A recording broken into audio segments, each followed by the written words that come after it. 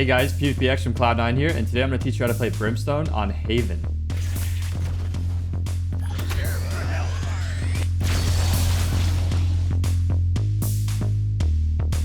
So the best way to think about when you should pick Brimstone is try to think about what the importance is of each slot on a roster involves.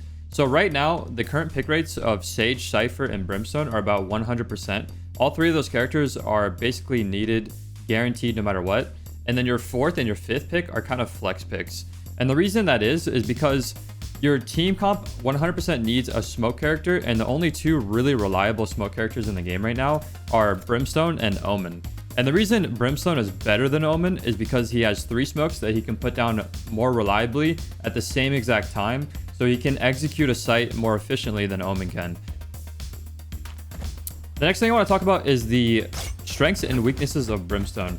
A huge strength of Brimstone is that he offers long range ability to put down smokes, and his smokes are really good because you can't really see through them. They also can be put down at the exact same time, and they're very reliable. More strengths of Brimstone is that he has area denial with his ultimate, which is long range, and his molly, which can stop people from defusing, or they can kill people who are stuck in corners. Open up the sky! Rushing.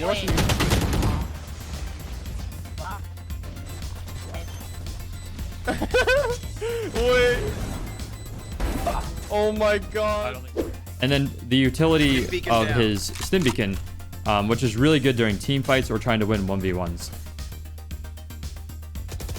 So now I want to talk about why Brimstone is so important and where you should play when you're playing on the map Haven. So the number one tip I can give you is that figuring out where you should play is all dependent on your utility.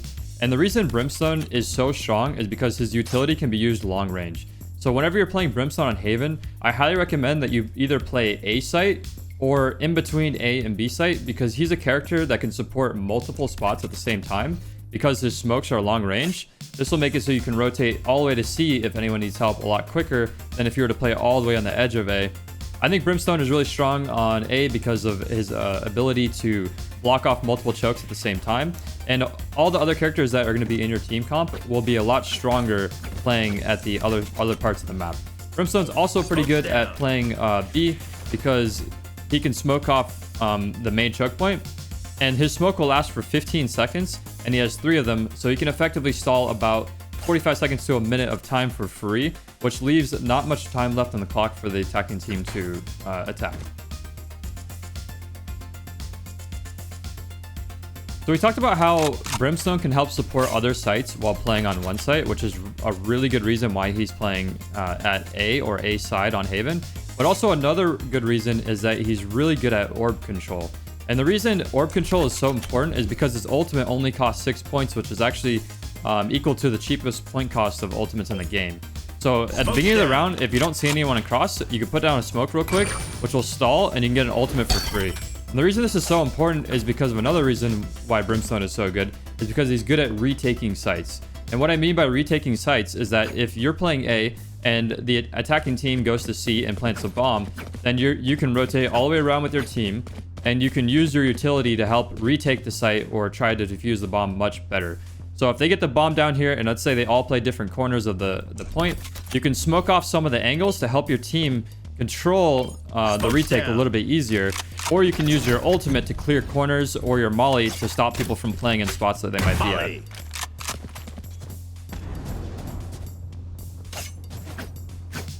So the next thing we're going to talk about is attacking with Brimstone.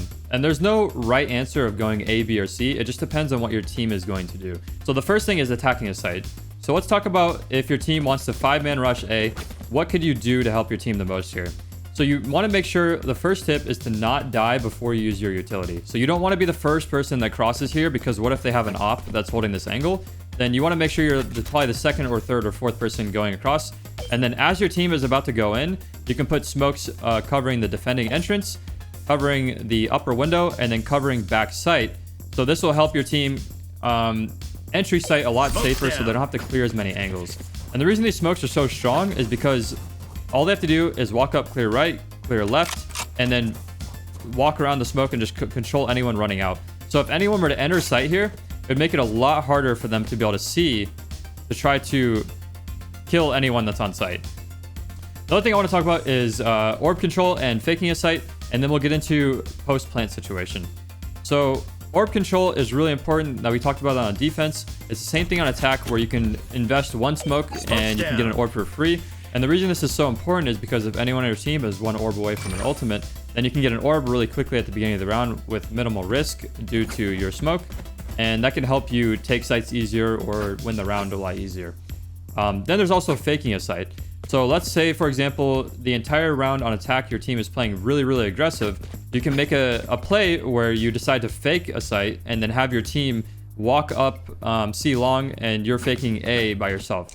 So what I mean by faking a site is you could put like a smoke here, which will allow you to cross. And then you can put like smokes on site, which make it seem like your team is rushing. You can run, make a lot of noise. And while this is happening, a lot of the defenders will be over rotating to A, and then you have your team slowly walk up C long after like 10 seconds, and they can get into site a lot easier than just full rushing it. This is usually something that you do if your team is consistently playing really aggressive, and every now and then you can fake a site and hopefully cheese a round a lot easier. The last thing I want to talk about is post-plant situation. And Brimstone is really fun for this type of scenario because it's based around his ultimate or his, mainly his ultimate or his molly, because you can do cross-map mollies to stop defusing. So let's say you don't have your ultimate and your team wants to go C and plant the bomb, then usually you're going to want to play around the bomb and try and hold angles with your team, because you can offer stim beacon or you can offer smoke value to stall and close off angles a lot longer so that the bomb can defuse easier. But you need to think about, what if you have your ultimate? Do you want to be playing on site where it's really, really risky to die? Or do you want to play somewhere safe where you can stop them from defusing? So some cool things you could do with Brimstone, what I mentioned, is you could do a cross-map molly. So if your team gets the bomb down right there, for example, you can find a cool molly spot where you are across the map, and then you back up in a certain spot. And if you hear someone trying to defuse the bomb, you can use your ult, and then you can shoot your molly straight up in the air right after. And this molly will land right after the ultimate is done. So if anyone's trying to defuse the bomb, the ult will get them off, then the ult will get off, or the ult will finish, they'll go try and defuse the bomb again, then the molly will land, and it'll stop them or kill them again. And this can effectively stall like 15 seconds, which could win the entire round. So if I had to give some last bit general advice on Brimstone, it's to be very, very vocal with your team with all of your ability usage and deciding on what type of team play that your team wants to do for the round.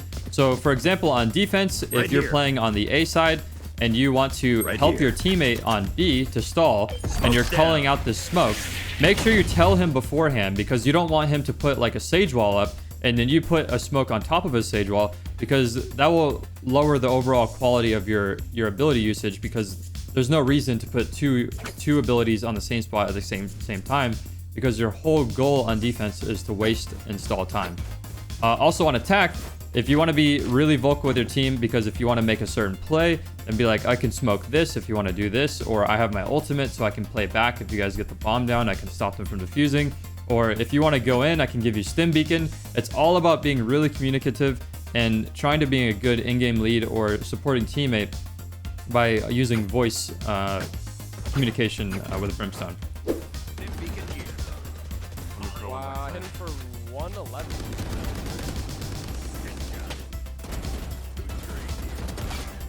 Nice. One enemy remaining. Wait, actually, fucking winnable. Nice. Take it. I hope you guys really like that Brimstone guide. Definitely let us know down in the comments below what you want to see next, and subscribe if you really like this content. I stream over at Twitch at PVPx 7 days a week, and if you see this video, definitely come over to my channel and tell me you came from this. Thanks for watching, guys.